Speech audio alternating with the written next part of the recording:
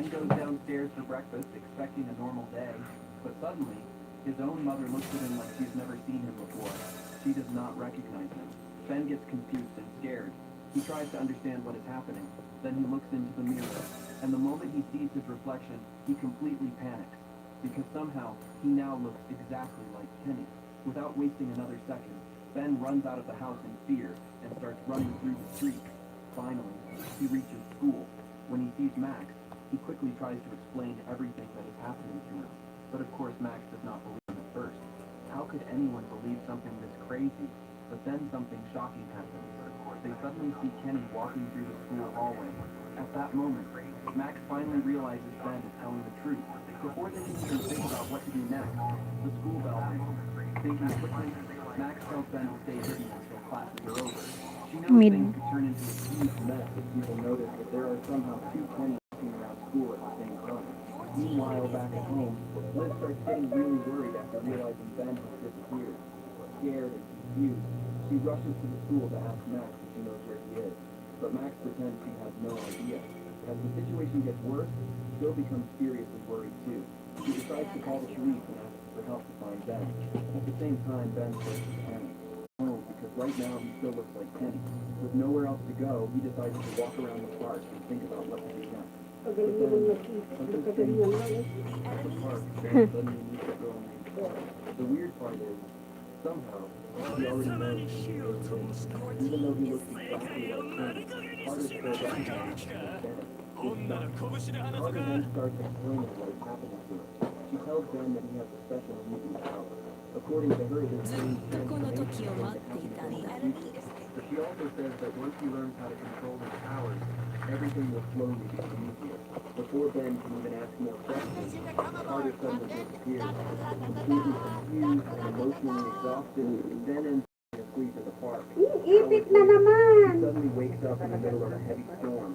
As he looks at himself, he quickly notices something important. His body is finally back to normal. He no longer looks like Kenny. Without wasting any time, Ben starts running through the streets as fast as he can. Luckily, he is Show na ako. Nag-show na ako. Ayaw pa rin ako iswag. Switch. I don't know. Later that night, when Detective Darren returns home, we see him looking at a picture frame with a photo of his daughter, Carter. The moment he sees the picture, his eyes start filling with tears. It becomes clear that he misses her deeply and still thinks about her every single day. Over the next few days, Ben becomes desperate to understand his strange powers. He keeps trying different ways to transform again, but no matter what he does, nothing works. His powers simply refuse to work. After trying again and again without success, Ben finally gives up. Slowly, he starts accepting the fact that maybe he is just a normal kid again. One morning, just as Liz is getting ready to take the kids to school, Detective Darren suddenly arrives at the house. He asks if he can talk to Ben alone. During the private conversation, Darren shows Ben a photo of a strange symbol and asks if he has ever seen it before. But Ben shakes his head and says no. Later that evening, during dinner, Liz and Phil become curious and ask Ben what Darren wanted to talk about. But Ben Damn, this account is so broke. Morning, ate. Darren had raised her all by himself after his wife passed away. Meanwhile, Max is tired of seeing Jason bully Ben every day. So to protect her stepbrother, she makes a deal with Jason. In exchange for leaving Ben alone, she lends him her favorite headphones. During school break, Ben asks Max more about Carter. That is when Max reveals something strange. According to everyone, Carter disappeared after being sent to boarding school and was never seen again. Hearing this, Ben gets shocked and tells Max that he actually saw Carter in the park a few days ago. Max can hardly believe it. Later, after school, Ben and Max are walking home when they suddenly see Jason picking on another student named Owen. Jason starts bullying him like always. Watching this makes Ben angry. He cannot stand seeing someone else suffer, so he decides to step in and help. But suddenly, Max notices something strange. Ben's face is changing right in front of her eyes, and within seconds, he looks exactly like Owen. Before they can even understand what is happening, Max gets a message from her mother asking Ben decides to run back to the park, hoping he can meet Carter again and finally get some answers. But when he gets there, he is surprised to see Detective Darren instead. That is when Ben learns something heartbreaking. Darren tells him that he has not seen Carter in a very long time. 2 years earlier, a huge storm had nearly destroyed the city. Back then, Darren was helping rescue people when he suddenly saw Carter running straight toward the storm. And then, something unbelievable happened. The storm suddenly disappeared. Soon after that, Carter told him her life was in danger, and that she had to leave. Darren had no choice but to let her go if he wanted to keep her safe, and ever since that day, he has never seen her again. After hearing the story, Ben realizes his transformation is slowly wearing off. He quickly rushes back home before anyone notices. That evening, Liz takes Max shopping for a dress for the school spring dance. Meanwhile, Ben stays home and helps Bill make dinner, but during their conversation, something strange suddenly happens. Ben notices that his voice has changed. Now, he sounds exactly like Bill. Luckily, Liz and Max arrive home just in time, and before anyone notices anything strange, Ben rushes upstairs to his room. After calming himself down, his normal voice finally comes back. Later, Bill asks Ben to take dinner to Max. Instead of buying a dress, Max has gone home upset. She feels like Liz is trying to replace her real mother. While eating in her room, Max opens up to Ben. She says that even though her mother is not always around like she should be, she still does not want anyone taking her place. The next morning at school, Ben walks with Owen to his locker. Since Jason always leaves rotten eggs inside to bully him, Owen is already expecting the worst. But this time, something unexpected happens. The rotten eggs are inside Jason's locker instead. Jason instantly gets angry. Thinking Ben slipped the lockers, he tries to attack him. But before things get worse, Max suddenly steps in. To defend her brother, she throws rotten eggs all over Jason. Sadly, one of the teachers catches her. Soon after, Max gets called to the principal's office. The principal says he will call her father that evening. During dinner, Ben secretly waits for the phone call, and when it finally comes, he quickly answers the phone. Using his new voice-changing power, Ben copies Phil's voice perfectly and pretends to be him while talking to the principal. The next morning, Carter suddenly appears again, and instead of being angry, he's scolding Max. He tells him to wait for Phil and asks why she keeps doing this. That is when Carter finally reveals something huge. The massive storm that almost destroyed the city was actually caused by a mutant. And the shocking truth is, it happened because of her. A dangerous man named Skirk was trying to capture her and steal her powers. Before Ben can ask more questions, Carter stops him.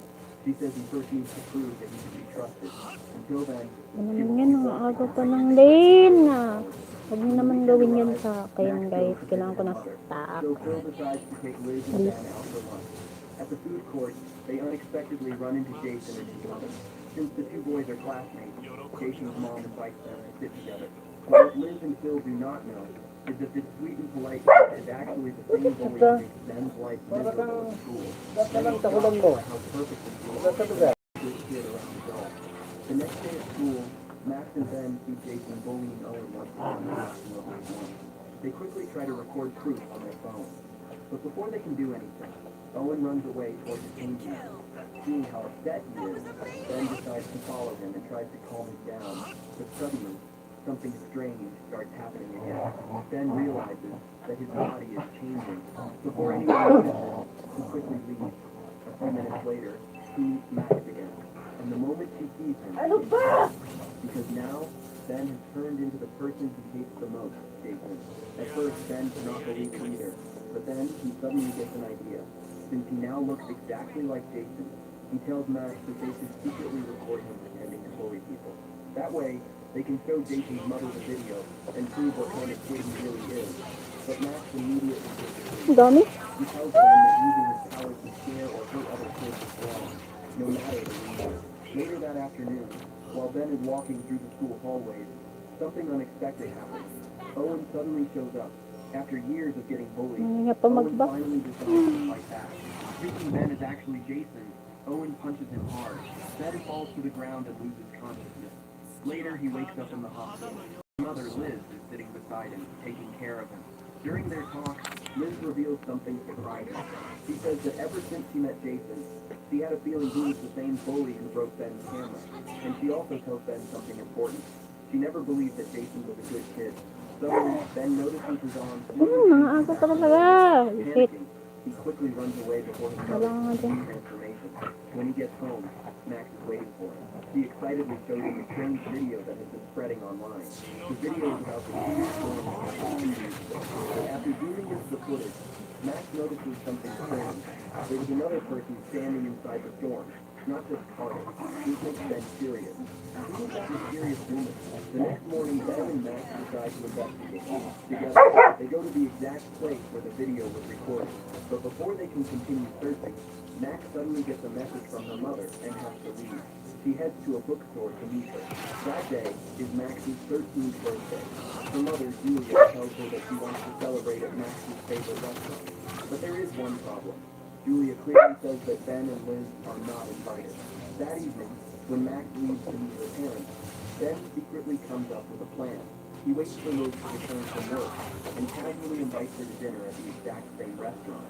Of course, Liz has no idea that Max will also be there. A little later, they arrive at the restaurant, and just a few minutes later, Max walks in. Ben smiles because his little plan actually works. Soon, all 5 of them end up sitting together for dinner. While the adults are busy talking, Ben and Max quietly make an excuse. They say they need to use the bathroom, but in reality, they are secretly going to investigate the apartment connected to the mysterious woman from the storm video. When they reach the building, Ben notices a boy named Enzo leaving with his family. It looks like they are moving out. Without wasting time, Ben and Max sneak into the apartment. They want to figure out what the mystery woman has been looking at through the window all those years ago. Inside, Max notices something strange. The apartment looks like it was recently rented. There are boxes everywhere. Suddenly, Enzo's parents unexpectedly return. Now Ben and Max are trapped. Trying to save the situation, Ben quickly transforms into Enzo. Pretending to be their son, he distracts the parents and Max to quietly sneak out. Once he escapes, Ben quickly follows after her. Wala pa. He Ba naman returns to the yan? restaurant carrying a birthday cake for Max. Back at home, Max finds something shocking. Under her pillow, someone has left her a birthday card. It is from Carter. Inside the card is a newspaper article with the name of the mysterious woman from the storm. After Phil gets Ben a professional photography kit, Ben gets inspired. He creates a giant photo wall filled with every clue he and Max have discovered so far. Later, while eating ice cream in the kitchen, Phil notices a photo in one of the newspaper articles. The woman's name is Vivian Kennedy, and according to Phil, she was Detective Darren's wife, and also Carter's mother. The moment they hear this, Ben and Max know exactly what they need to do. They decide to visit Detective Darren. To avoid suspicion, Ben and Max help him. Ben tricks Darren into thinking they are doing an interview for a school history project. While Ben keeps Darren busy with questions, Max secretly sneaks into Carter's room to take his food. Inside,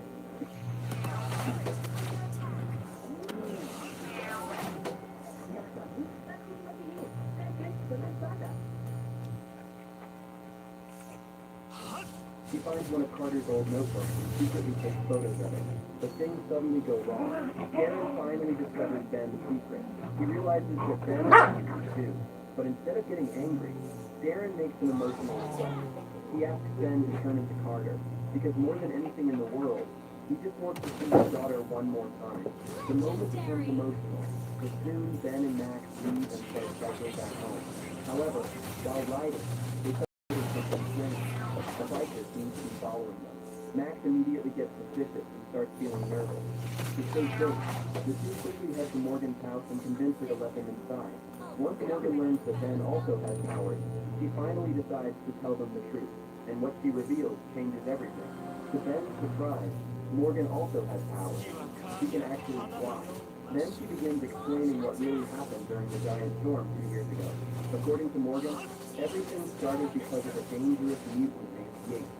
Years ago, Yates had been a student with Vivian Kennedy, who was Carter's mother. But there was a problem. Yates was loud, arrogant, and removed animals from the world. Vivian hated him. And Yates never forgot her. He was anger and resentment. He later came back to town. But instead of going after Vivian, he targeted Carter. He protected the daughter of the student. Morgan and several other students joined forces to stop him. But by then, Yates had become he was to throw everyone into the middle of a massive hurricane. Seeing Morgan in danger, Carter finally lost control. She released a huge blast of energy so powerful that it stopped the storm completely and took away Yates' power. After telling them everything, Morgan tells Ben and Max something important. Papa? He says they should go back to Paano living mo? like normal humans. And when Ben is truly ready, before leaving, Max shows Morgan the birthday card Carter secretly left under the pillow. Tapos ko kasi. It feels strange, because after the Ayan. Morgan contacts Carter and asks why she gave Max the old newspaper clip. That is when Carter gets a shocking answer. She says she never gave Max that card, which means someone else did. Later that same night, Morgan gets an unexpected visitor, and to her horror, Yates suddenly appears. He says he has come to finish what he started. The next day after school, Ben and Max return to their true wall to continue their investigation. But suddenly, Bill walks in. The moment he sees Vivian's photo hanging on the wall, his face changes. He looks scared. Without saying much, he quietly walks away. The next morning at school, Ben notices Max getting embarrassed by one of the popular girls. Seeing his sister get humiliated makes him angry. He tells Max he should stand up for herself. But Max just wants to avoid drama and keep the peace.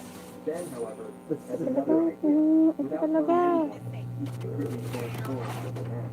Then he goes Ano straight siya to Ben's pinagpindot house to dyan? get revenge for how he treated his sister. But things quickly get messy. Right at that moment, Julia arrives to pick up Max for dress shopping before the spring dance. Now trapped in an awkward situation, Ben has no choice but to go with her while pretending to be Max. On the way, he secretly messages Max and explains what happened. A little later, the real Max rushes to the store and finds Ben hiding in the fitting room. He is furious. Max tells her she does not need anyone fighting her Baka battle. kasi nang And she i-target gets yun. angry because Ben keeps Ano? using his powers however he wants without thinking about other people. After arguing for a while, Ben leaves feeling guilty. When he gets home, he starts realizing how badly he messed up. He understands that Max was right, and now he wants to fix things. Later that day, Ben goes back to the park hoping to find Carter again, but when he finally sees her, he realizes something is wrong. Carter is in serious trouble.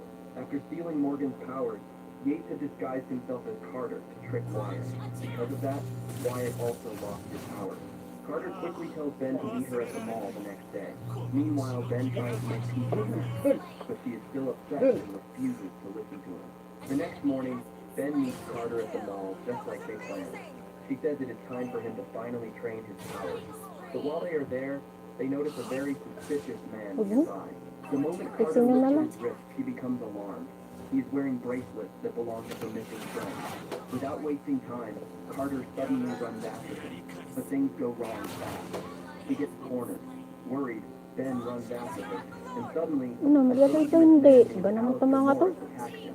Just when things are about to get really bad, Carter jumps in and uses her invisibility powers to hide Ben. Thanks to her, he manages to escape safely. After leaving him somewhere safe, Carter disappears again. Later, Detective Darren checks the camera, and that is when he notices Ben was involved in the whole incident. Worried for the boy, Darren decides to talk to him.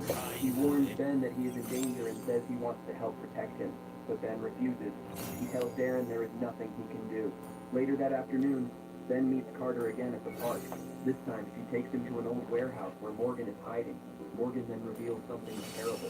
After Ben and Max left their house, Yates showed up and stole her powers. Long ago, Yates used to train alongside Rhonda and Wyatt, but even back then, he was always a troublemaker.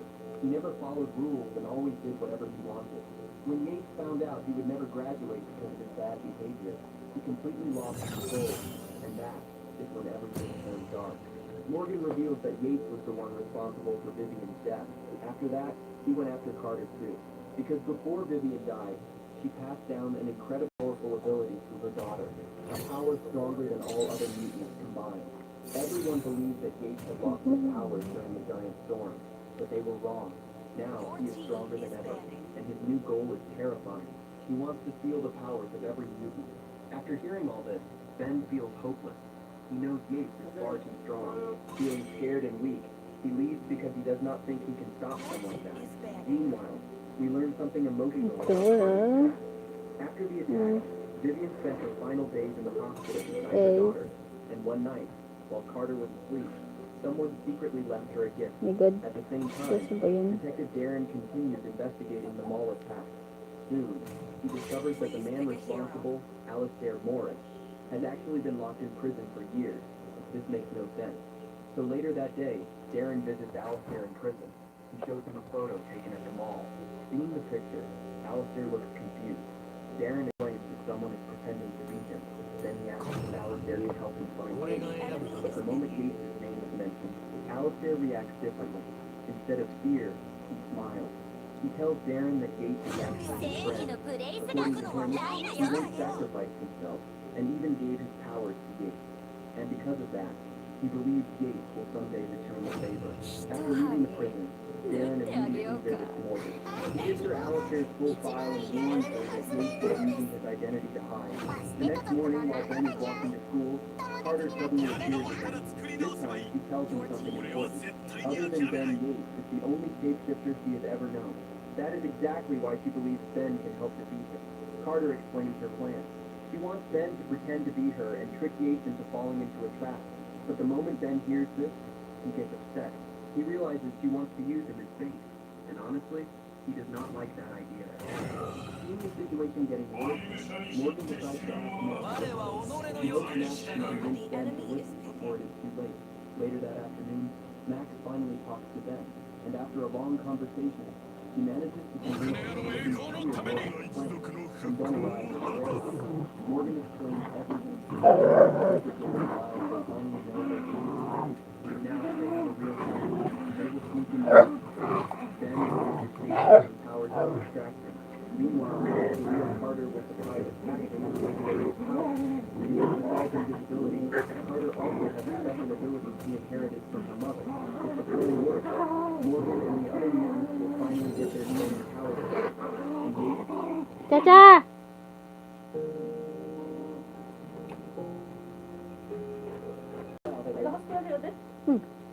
Bakit? Ang tagal na. Mana-nerf na nga yan eh. Oh? Mana-nerf yan. Mana-nerf yung passive niya. Hmm? Ano, i-stack mo yung passive niya. Mag-skill ka lang. After searching the place, they realize Yates is not there. Since they are already inside, the group explains everything to Alistair's parents. Sadly, his parents admit they have no idea how their son turned into such a dangerous person. Since the mission fails, Ben tries to return to normal life and heads back to school. During lunch, he talks with his friends about the spring dance happening that weekend. He also finds out that Liz and Phil have volunteered to supervise the school party, but no one realizes danger is much closer than they think.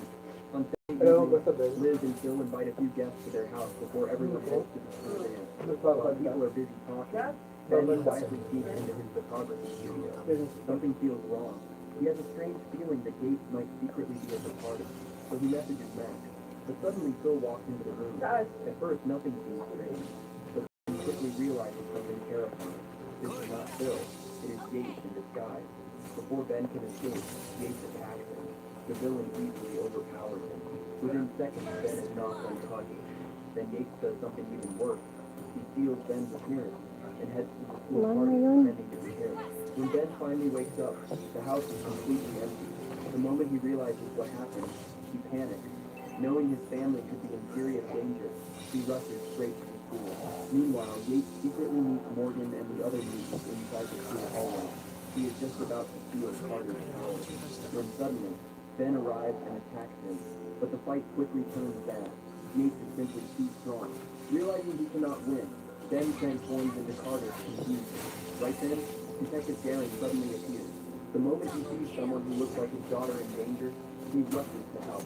But Yates attacks him and badly injures his knee. Darren falls to the ground and cannot get back up. Scared and desperate, Ben runs away, but Yates throws him through a window. Outside, Ben finally runs into Max. Knowing he cannot stop Yates alone, he begs his sister for help. Without wasting time, Max puts on Ben's jacket and runs toward the gym to distract Yates. Her plan works. While Yates is distracted, Ben and Carter finally get a chance to trap him. And then comes the biggest moment of all. Carter finally touches Yates. Using the special powers he inherited from his mother, she removes the stolen powers from him and gives them back to her friend. The fight is finally over. After everything settles down, Ben and Max rush back to their family. At the same time, Carter finally reunites with her father. For the first time in years, he no longer has to hide or stay away from him. Now that Yates has been captured, he will finally face justice.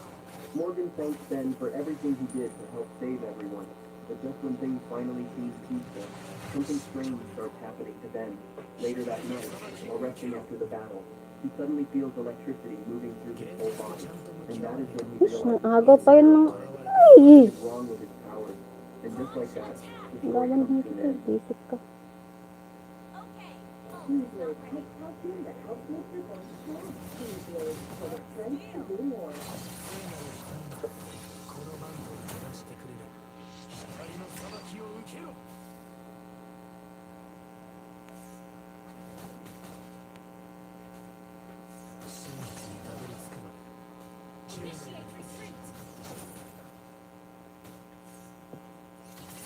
You're watching MH Nation.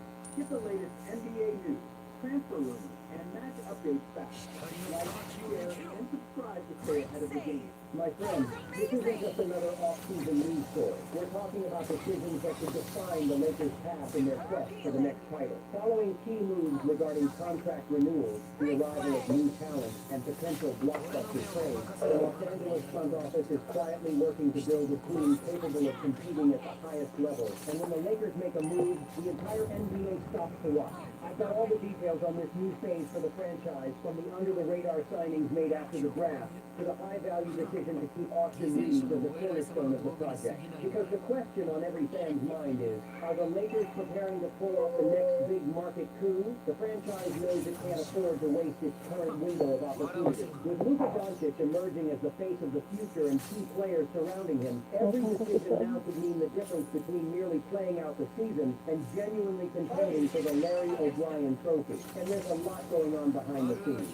There is a possibility of a trade involving a star who has already proven they know what it takes to win championships. So, hit that like button if you believe in the Lakers.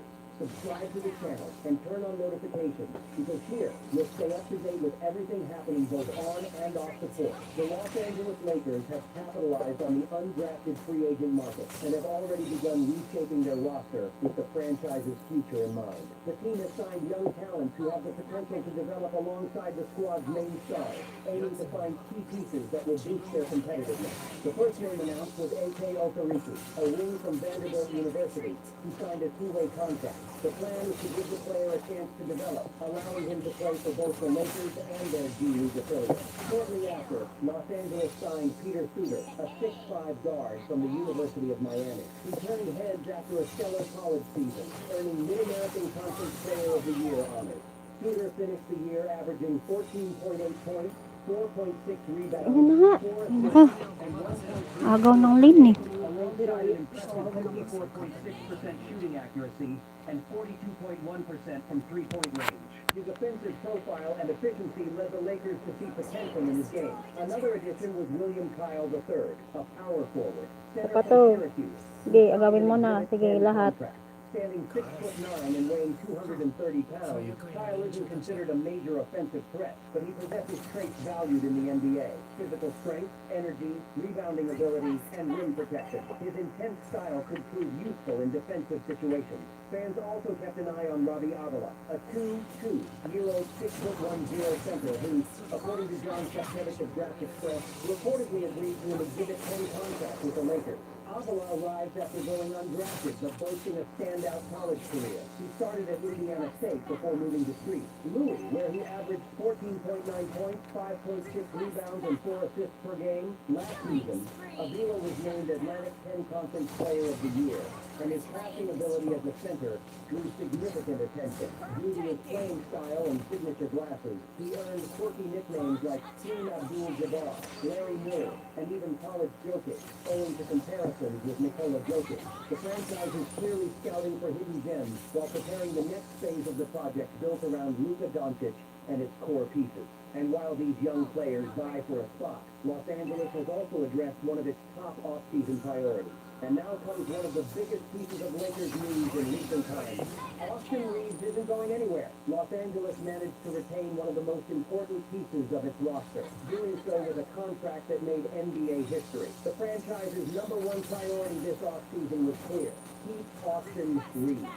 And that goal was achieved. The guard signed a 4-year extension worth up to $185 million, securing his stay in Los Angeles. What is most interesting is that Reeves never actually tested the free agent market. Mutual interest between the player and the franchise was always very strong. But the Lakers knew they had to act quickly because other teams were interested. According to ESPN's Sam Sarania, Lakers management met with Reeves and his representatives at the team's training facility shortly after the NBA Finals. And Los Angeles made sure to make the meeting special. The franchise prepared personalized touches for the player, including playing his favorite country music, and even providing custom cushions featuring the initials of Austin Reeves and the meeting's attendees. Of the meeting, a clear demonstration that the Lakers wanted Reeves to feel like a fundamental part of the team's future. But in the end, money was the deciding factor. In the hours leading up to the deal, reports suggested Reeves could receive maximum value offers from other teams if he hit the open market. One interested franchise was the Detroit Pistons, who had previously tried to draft Reeves in 2021. The Pistons saw Austin as exactly the type of player they were looking for, an intelligent perimeter scorer and playmaker. That is why the Lakers didn't want to take any chances. The team offered a 4-year, $185 million maximum contract. This deal made Austin Reeves the highest paid undrafted player in NBA history on a contract of this magnitude. There is also an important detail. While Los Angeles could have offered 5 years, other teams were limited to 4-season offers. The Lakers sweetened the deal by including an option for the 2029 to 30 season. The franchise's message was clear. Reeves is part of the plan. Now that this situation is resolved, the focus shifts. The Lakers need to build a roster capable of contending for a title alongside Austin Reeves and Luka Doncic. The extension signals a shift in strategy. The team wants to retain its core and keep investing in players who can secure the franchise's future. But challenges remain. According to Logan Struck of Sports Illustrated, one possibility is a trade involving Denver Nuggets star Aaron Gordon. Gordon is exactly the type of player Los Angeles is looking for. Physical, versatile, and capable of contributing on both ends of the court. A potential trade could involve players like Jared Vanderbilt, though the deal wouldn't be simple. Denver still views Gordon as a key piece alongside Nikola Jokic. However, reports indicate that the Serbian center is the only truly untouchable player on the Nuggets roster. In other words, if a major opportunity arises, Gordon could be considered. The player's contract is also part of the equation. Aaron Gordon is in the first year of a 4-season extension worth $133 million. In the 2026 to 27 season, he is set to earn around $32 million, with that figure increasing in subsequent years. For Denver, a trade should help with financial management and luxury tax concerns. Vanderbilt, on the other hand, has a more manageable contract, worth approximately $12 million next season. But a straight-up trade likely wouldn't be enough. The Lakers would need to include additional assets, such as Dalton Knecht and draft picks. Los Angeles holds tradable first-round picks in 2031 and 2033, along with other future assets that could interest the Nuggets. For Denver, it would be a way to regain flexibility and rebuild draft picks. But losing Gordon would come at a high cost. He was a key piece of the Nuggets' 2023 championship run. At 6'8", 2.03 meters, he can play power forward and even center in small ball lineups. His combination of strength, defense, athleticism, and perimeter ability fits perfectly alongside Luka Doncic. Ano? Imagine a trio. Ano? Ano, mama? Offensive firepower and enhanced defensive capabilities. The question remains. Will the Lakers manage to convince Denver to part ways with Aaron Gordon? And now, Mid na naman to. Very sure this is mid. surprise everyone and earn a spot on Ah, okay. the franchise is betting on talent and development, seeking the next pieces that could make a difference in the future. The one thing just getting started. But I wanna play mid. Chares. Daily and want to stay up to date on it.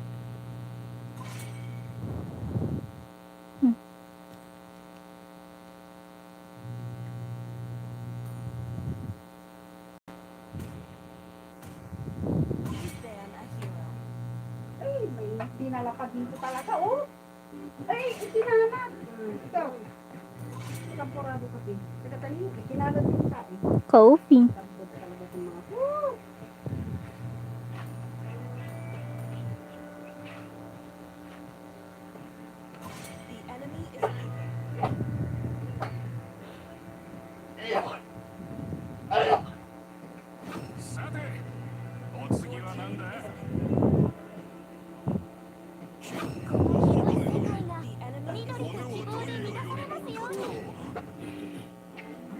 のヒーローガイだよ。花火参上。Your team is picking. 炎の情熱を味わってみろ。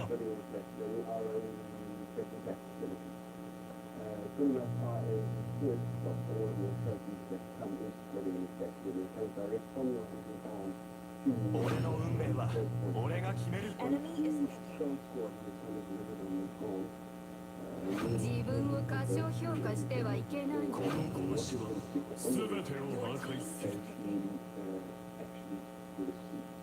From there, the trophies will receive their unique 私は闇を射抜く月の光。 to ensure that at any point you can find and locate the next trophy. Your skulls, once it is their turn to be put, we will bring them through and each skull gets individually and carefully loaded into the pot. Certain skulls cook a little bit faster than other skulls, so we just make sure that the bigger skulls are generally close to the bottom of the pot. We use a wood fire. We feel that it's the easiest way to cook our skulls. There are certain animals like your buffalo, blue wildebeest, hartebeest, that the horns do not come off of the skull. These animals are then wrapped in Pangit talaga ng resolution niya. Kahapon no, ay pa to. just to protect them during the bleaching process, to make sure that we bleach the bone and we keep your horns very well protected. These skulls I need to fix something. for a couple of hours, and from there they are then taken outside and dried in the sun. Welcome to Mobile Legends. 5 seconds till the enemy reaches the battlefield. Smash them. Let's go all out. All troops deployed. Your skins, once they have arrived on the property, some of them will be wet. All of the wet skins will be taken outside every single day to dry out in the drying areas. Once your skins are completed and dry, they will be brought into our scratching room. In the scratching room, we make sure that all the excess salt is removed from it, and then we add our powders onto them. Anything, so all the things that preserve it and stop any insects or anything like that from being able to eat away. Your cells finish being bleached. We bring them inside and we wrap and protect them with their skin. Things like your nose bone can be very delicate. So we do what we can to make sure that they're great. These skulls are then stored back into their orders individually and packed and sent to the military to carry on with the process. So I started off with wildlife industry. The plan was to become a professional angler. I started off as a photographic safari guide, did it, and I went back to Germany. From there, it's a little bit monotonous for me, so I ended up going over to the hunting industry and had Gawang ka ni Gunsan. Retreat.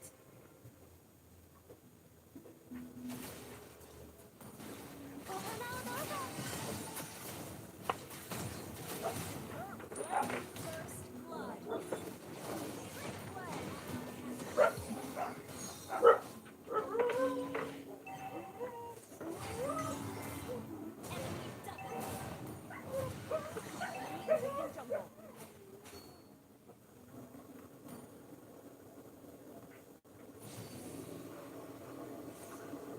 Initiate retreat. Understood. Okiokio? 今日はなんて美しい日なの？明日もきっといい日になるわね。お花をどうぞ。 Starlight. Ha? Light. July? Hindi ko alam. もう一度花を咲かせる時よ。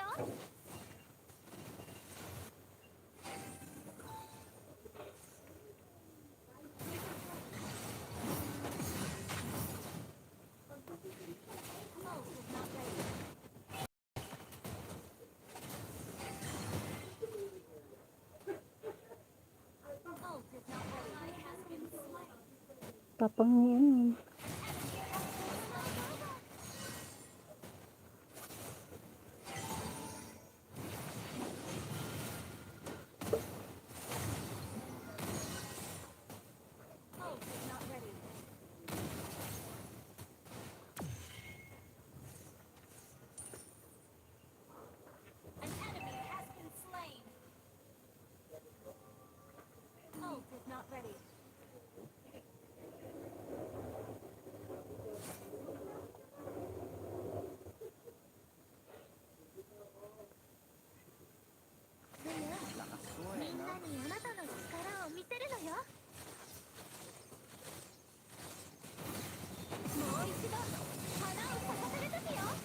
Okay.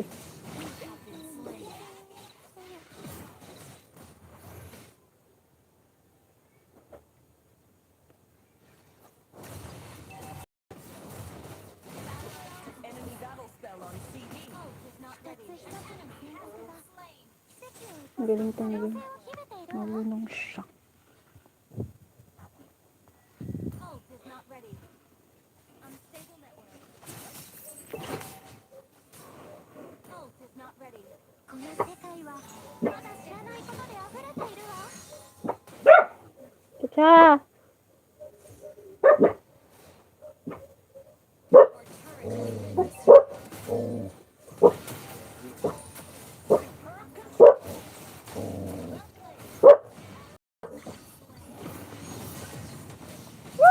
Mali.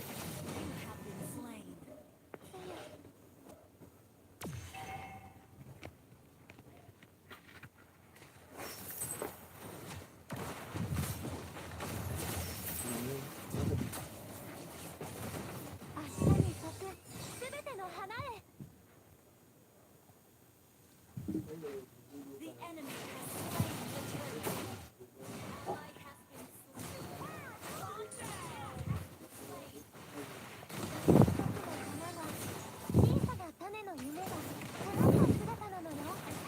been slain. Ult is not ready. 地に根を下ろし太陽に向かって先立とう。 Ult is not ready. 冬いつもそばにいてくれてありがとう。 Unstable network. An enemy has ult is not ready. Enemy invading jungle. Unstable network. Ult is not ready.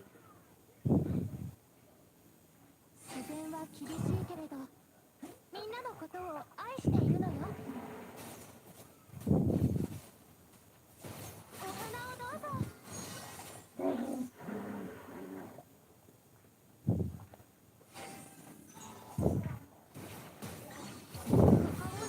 オアシスに変えよう。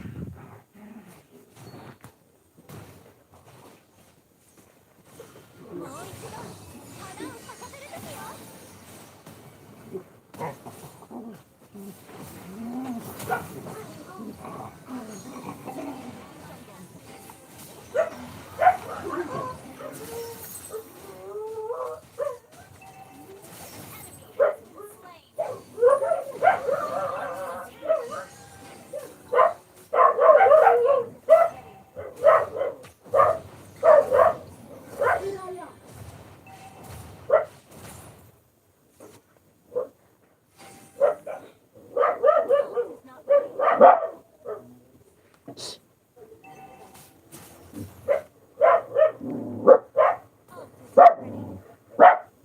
Dap-dap. お仕置きよ。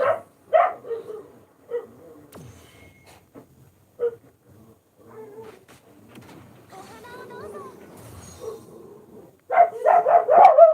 未知の世界を探検するってもう一度花を咲かせる時よ。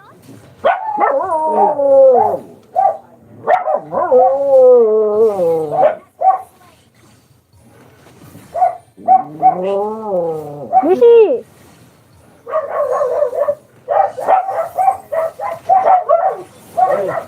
Guys, grabe naman.